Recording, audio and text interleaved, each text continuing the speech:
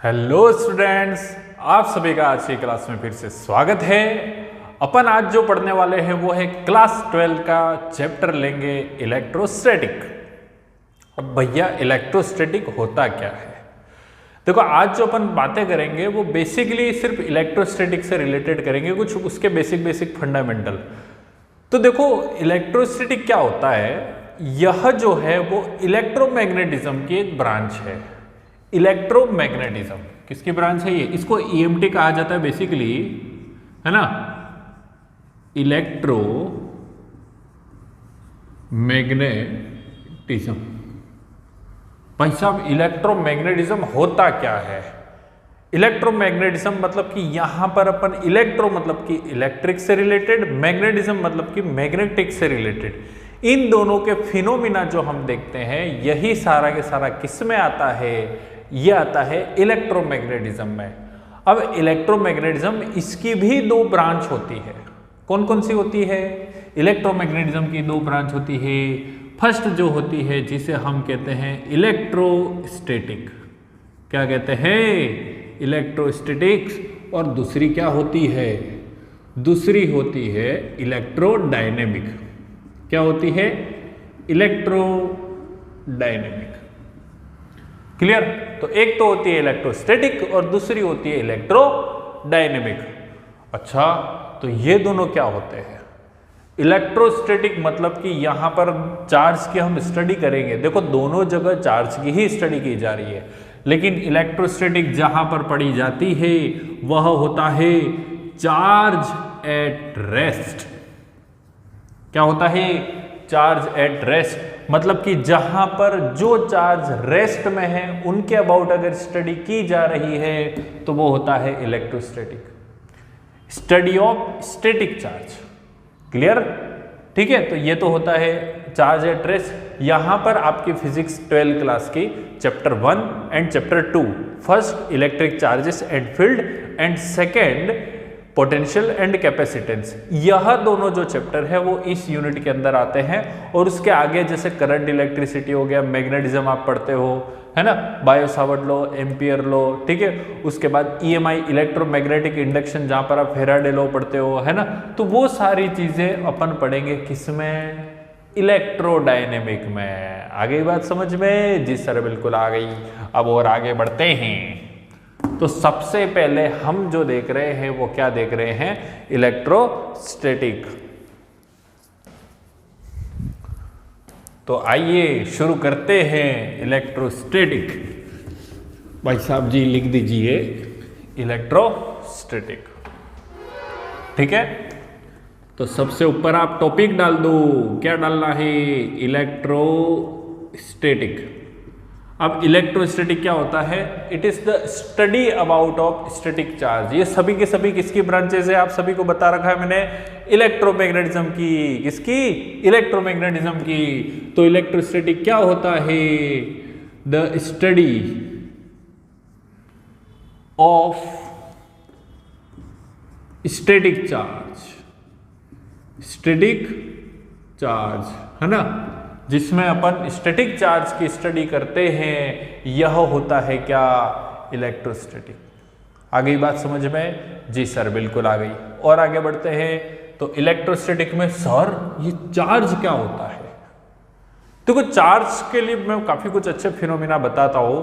अगर आपने बचपन में कभी स्कूल्स में कर रखा होगा तो आप आपकी स्केल लीजिएगा, और अभी भी कर सकते हो। स्केल है, अगर आपके ड्राई हेयर है बिल्कुल आप रब कीजिएगा और छोटे छोटे पेपर के पास ले जाओ ना, पेपर के पीस के पास, कागज के जो टुकड़े रहेंगे अब उसके पास ले जाओ, क्या होगा?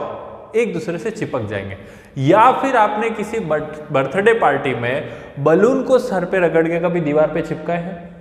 कुछ देर के लिए चिपके हुए रहते हैं, फिर वो न्यूट्रलाइज होने के बाद वापस गिर जाते हैं। तो इन सभी का रीजन क्या है? इन सभी का रीजन वो है सिर्फ और सिर्फ चार्ज। क्या है? चार्ज। मतलब कि चार्ज क्या हुआ? चार्ज तो एक ऐसी प्रॉपर्टी है जिसके कारण वह बॉडी में क्या आ जाता है? इलेक्ट्रिकल इफेक्ट आ जाता है या फिर मैग्नेटिक इफेक्ट आ जाता है। आ गई बात समझ में? क्योंकि देखो, अगर आप कभी बलून लीजिएगा, अगर नहीं किया होगा तो आप बिल्कुल ट्राई कीजिए, है ना। बलून को लो, सर पे रब करो और फिर दीवार के पास ले जाओ। थोड़ी देर के लिए वो उस जगह पर चिपक जाएगा। आप सभी ने ऐसे एक्सपेरिमेंट कर रखे होंगे, है ना, उम्मीद करते हैं। तो चलिए शुरू करते हैं। क्या? चार्ज। अब चार्ज क्या होता है? किसकी बात कर रहे हैं अपन? चार्ज की। तो लिख दीजिए आप चार्ज। क्या होता है चार्ज? चार्ज जिसके कारण वह बॉडी क्या एक्सपीरियंस करती है? इलेक्ट्रिकल इफेक्ट या फिर मैग्नेटिक इफेक्ट, है ना? बिल्कुल। तो आप लिख सकते हैं charge is property due to which a body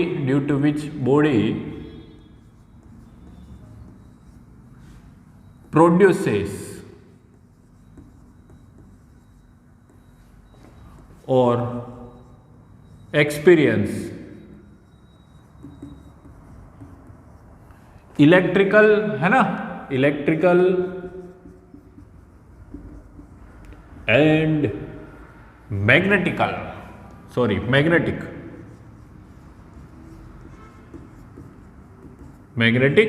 effect.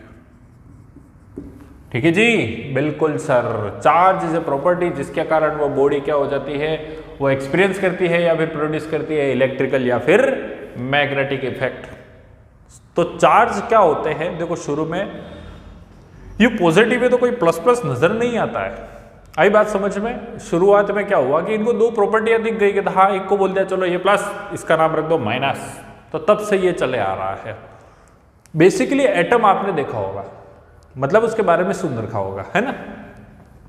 फिर देखा भी होगा, जैसे कि आप अगर अपन एटम बोलते, न्यूक्लियस बोलते, आपके दिमाग में शेप क्या बनता है? कोई स्फेरिकल कोई होगा, बिल्कुल, है ना? चलिए, तो एटम जो रहता है, एटम के दो पार्ट रहते हैं। एक तो देखो न्यूक्लियर वाला पार्ट रहता है। क्लियर? ये सब आप केमिस्ट्री में पढ़े होंगे या कहीं फिजिक्स में पढ़े होंगे या जानते भी होंगे, 10th 9th क्लास हर बार पढ़ा जाता है ये सब। तो एटम के अंदर क्या रहता है? न्यूक्लियस रहता है। न्यूक्लियस किससे मिलकर बना हुआ रहता है? न्यूक्लियस मिलके भैया बना हुआ रहता है प्रोटॉन और न्यूट्रॉन। बिल्कुल जी सर, बिल्कुल। न्यूक्लियस के चारों तरफ कौन चक्कर लगाता है? इलेक्ट्रॉन। कौन चक्कर लगाता है? इलेक्ट्रॉन। अब इलेक्ट्रॉन इसके चारों तरफ चक्कर लगा रहे हैं, तो फिर ध्यान से सुन लीजिएगा, जो इलेक्ट्रॉन चक्कर लगा रहे हैं वह तो होते हैं नेगेटिव चार्ज, और जो प्रोटॉन चक्कर अंदर न्यूक्लियस के अंदर रहते हैं, this is positive charge. Clear? तो ये कुछ एग्जांपल्स है ना? तो ये हमें ध्यान में रखना है। साथ ही साथ देखो अल्फा पार्टिकल होते हैं, वो भी पॉजिटिव होते हैं। ये सारी चीजें हमें ध्यान में होनी चाहिए। चलिए, तो चार्ज कितने टाइप्स के होते हैं? चार्ज दो टाइप्स के होते हैं। एक तो होता है पॉजिटिव और दूसरा होता है नेगेटिव। कितने टाइप्स के होते हैं? दो टाइप के। कौन कौन से? पॉजिटिव और नेगेटिव। बिल्कुल सर, आ गया। और आगे बढ़ू। अब भैया देखो आगे, चार्ज की अगर अपन बात करते हैं तो इसकी यूनिट क्या होती है? एसआई यूनिट चार्ज की हो जाती है कूलॉम। क्या होती है? कूलॉम। और सीजीएस की अगर बात की जाए, देखो एमके सीजीएस आप सभी पढ़ चुके होंगे 11th क्लास में, है ना? तो सीजीएस की बात की जाए तो क्या होती है? ESU, इलेक्ट्रोस्टैटिक यूनिट कहते हैं इसे।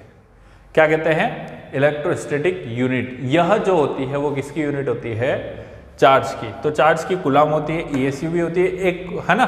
तो ये दोनों यूनिट हमें ध्यान में रखनी है। ESU एक स्मॉलेस्ट यूनिट होती है, ये भी ध्यान में रखना है। तो बेसिकली हमने चार्ज के बारे में क्या देखा कि चार्ज क्या होता है? चार्ज एक ऐसी प्रॉपर्टी है जिसके कारण कोई भी बॉडी इलेक्ट्रिकल या फिर मैग्नेटिक इफेक्ट लाती है ना?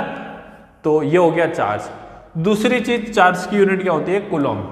लगभग सभी जगह हम कूलॉम ही पढ़ेंगे। अगर कहीं पर भी क्वेश्चंस आ जाते हैं तो ज्यादातर कूलॉम आते हैं। हाँ, यूं लिखा हुआ जरूर आ सकता है, माइक्रो कूलॉम, नैनो कूलॉम, है ना? तो वो सब आपको ध्यान में रखने की बातें हैं। बाकी अपने को इतनी चीज ध्यान में रखनी है। तो चलिए, हो गया चार्ज। अब और आगे बढ़ते हैं।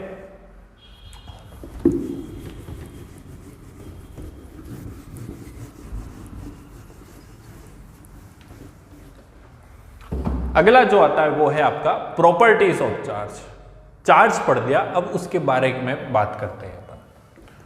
ये प्रॉपर्टीज ऑफ क्या हो गया जी, चार्ज, प्रॉपर्टीज ऑफ चार्ज। अब चार्ज की क्या क्या प्रॉपर्टीज है ये भी ध्यान में रखनी पड़ेगी। चार्ज के बारे में हमने पता लगा लिया तो चार्ज की प्रॉपर्टीज भी आ जाएगी। देखो सबसे पहली चीज, इस दुनिया में जितनी भी चीजें हैं अगर दो अलग अलग रहेगी ना तो हमेशा एक दूसरे के पास आने की कोशिश करेगी। सेम चीजों में कभी भी मिलना नहीं हो सकता है। समझ रहे हो आप बात को? बिल्कुल ठीक है।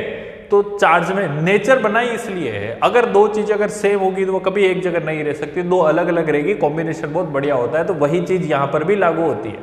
चार्ज हमारे पास कितने हैं? दो है। कौन कौन से हैं? एक पॉजिटिव और एक नेगेटिव। तो क्या होता है, दो अगर पॉजिटिव पॉजिटिव मिल रहे हैं तो दोनों में क्या होगा? रिपेल। दो अगर नेगेटिव नेगेटिव मिल रहे हैं तो दोनों में क्या होगा? रिपेल। लेकिन एक पॉजिटिव एक नेगेटिव है तो इनमें क्या होगा? अट्रैक्शन। क्या होगा? Attraction. That means same charges are repel each other and like charges same charges are repel each other और unlike charges are attract each other. दोनों यदि चार्जेस अलग अलग हैं तो एक दूसरे को अट्रैक्ट करेंगे और दोनों चार्जेस अगर सेम है, दोनों प्लस प्लस ले लो या फिर दोनों माइनस ले लो, दोनों किससे हो जाएंगे? वो रिपेल करेंगे, एक दूसरे से दूर भागने की कोशिश करेंगे। ठीक उसी तरह से जिस तरह से मैग्नेट करता है, नॉर्थ नॉर्थ पोल या फिर साउथ साउथ पोल एक दूसरे के पास लाते हैं, एक दूसरे को क्या करते हैं? रिपेल। और नॉर्थ और साउथ अगर पास ला रहे हो तो क्या करेंगे? अट्रैक्ट। इसलिए ये चीज ध्यान में रखनी है, हमेशा अपने से जो अपोजिट रहता है हम उसी की तरफ अट्रैक्ट होते हैं। समझ रहे हो? बिल्कुल। चलिए तो ये हो गया अपना काम खत्म। अब और आगे बढ़ते हैं। दूसरी चीज मैं आपको एक और बताना चाहूंगा, चार्ज जो रहता है, चार्ज इज स्केलर क्वांटिटी। कौन सी क्वांटिटी? Scalar quantity. ये भी ध्यान में रखना है। स्केलर क्वांटिटी और वेक्टर क्वांटिटी दोनों में डिफरेंस क्या है? जो प्रॉपर्टी या जो क्वांटिटी जिन्हें हम वेक्टर के लॉ के द्वारा अगर ऐड करते हैं तो वो सब वेक्टर क्वांटिटी में आ जाते हैं, और जिन्हें हम नॉर्मली अलजेब्रिकली ऐड करते हैं वो सभी स्केलर क्वांटिटी में आ जाते हैं। वेक्टर के लॉ आपने पढ़े होंगे, ट्रायंगल लॉ हो गया है ना, फिर पैरेललोग्राम लॉ हो गया, ये सभी लॉ अगर यूज आ रहे हैं ऐड करने के लिए तो वो सब किस में आते हैं? वेक्टर क्वांटिटी में। लेकिन अगर किसी चार्ज को जोड़ना है, कैसे जोड़ना है? ये देखो भैया, ये मान लो कोई बॉडी है, ठीक है। अब ये बॉडी में कोई चार्ज हो गया 1 कूलम, दूसरा हो गया 2 कूलम, ये हो गया 5 कूलम। मैंने पूछा कि भैया इसमें कुल कितने चार्ज हैं? आप कैसे जोड़ दोगे? 1 + 2 + 5 तो 5 और 2 7 और 1 8। सर 8 कूलम चार्ज है यहाँ पर हमारे पास। अरे ये तो 8 कूलम है, तो आपने कैसे जोड़ दिया? सीधा जोड़ दिया हमने, 1 2 और 5 दोनों को जोड़ दिए हमने, और क्या आ गया आपके पास? 8 कूलम चार्ज। बिल्कुल आ गई बात समझ में। तो यहां पर हम लिख सकते हैं it can be added, it can be added algebraically,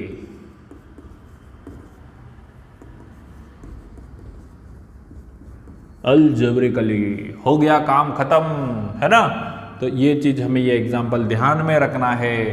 charge को हम अलजेब्रिकली सिंपल मैथमेटिक्स से हम ऐड कर सकते हैं। बिल्कुल सर, जी सर, बिल्कुल आ गया बात समझ में। अब और आगे बढ़ते हैं। तो अगली प्रॉपर्टी बच्चों आती है, वो है कंजर्वेशन ऑफ चार्ज। क्या आती है? कंजर्वेशन ऑफ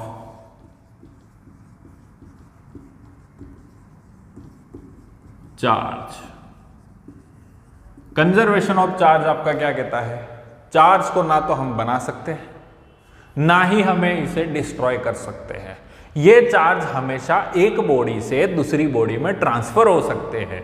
कैसे? देखो, एक चीज हमेशा जिंदगी में ध्यान में रखनी है। मैं आपको एक बढ़िया बात बताता हूं। अगर ये मान लो ये एटम न्यूक्लियस है, न्यूक्लियस के चारों तरफ कौन घूमता है? इलेक्ट्रॉन। कहीं ना कहीं एक अच्छी बॉन्डिंग रहती है इनके बीच में। लेकिन जो दूर के इलेक्ट्रॉन है, ध्यान से सुनिएगा, जो दूर के इलेक्ट्रॉन इसके ऑर्बिट में चक्कर लगा रहा है, अगर तुम किसी बॉडी को रब कर रहे हो तो इस इलेक्ट्रॉन के कंपेयर में ये वाले इलेक्ट्रॉन की बॉन्डिंग कहीं ना कहीं वीक होगी, कमजोर होगी, जिस कारण अगर इसे आपने रब किया तो ये इलेक्ट्रॉन दूसरी बॉडी में ट्रांसफर हो जाएंगे। और ट्रांसफर होने से क्या होगा, यहां पर इलेक्ट्रॉन जो है वो कम हो जाएंगे, और कम हो जाएंगे तो वह बॉडी पॉजिटिव चार्ज हो गई, और जिसमें इलेक्ट्रॉन गए हैं वहां पर नेगेटिव चार्ज की अधिकता के कारण वह क्या हो गई, नेगेटिव चार्ज। क्या हो गई, नेगेटिव चार्ज। आ गई बात समझ में। तो चार्ज को जब रब किया जा रहा है ना, तो अगर इलेक्ट्रॉन किस बॉडी से निकलेंगे, जिस बॉडी में इलेक्ट्रॉन जो बॉन्डिंग है वो क्या हो, कमजोर हो। पहली चीज ये ध्यान में रखनी है। और जिस बॉडी में गए हैं वो नेगेटिव चार्ज, और जिसने दिए हैं वो खुद क्या हो गया, पॉजिटिव चार्ज। क्यों, क्योंकि शुरुआत में न्यूट्रल में नंबर ऑफ प्रोटॉन और नंबर ऑफ इलेक्ट्रॉन दोनों क्या होते हैं, सेम होते हैं। तो अपन ये नहीं कह सकते कि ये बॉडी पॉजिटिव चार्ज है मतलब कि चार्ज बाहर से आए, नहीं, हमेशा ट्रांसफर होते हैं। तो यहां पर दो चीजें हमें ध्यान में रहती है कि चार्ज ट्रांसफरेबल क्वांटिटी है, और दूसरी चीज उसी को हम कह सकते हैं कंजर्वेशन ऑफ चार्ज, मतलब कि चार्ज को हम ना तो क्रिएट कर सकते हैं ना ही डिस्ट्रॉय कर सकते हैं। यह हमेशा एक बॉडी से दूसरी बॉडी में ट्रांसफर हो सकती है। तो आप लिख सकते हो, है ना,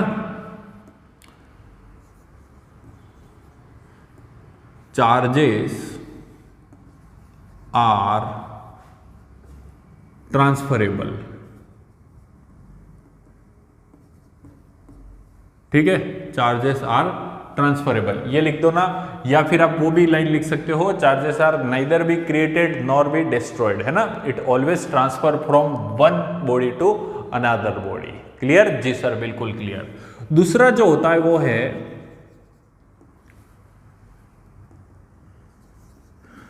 चार्जेस आर क्वांटाइज्ड।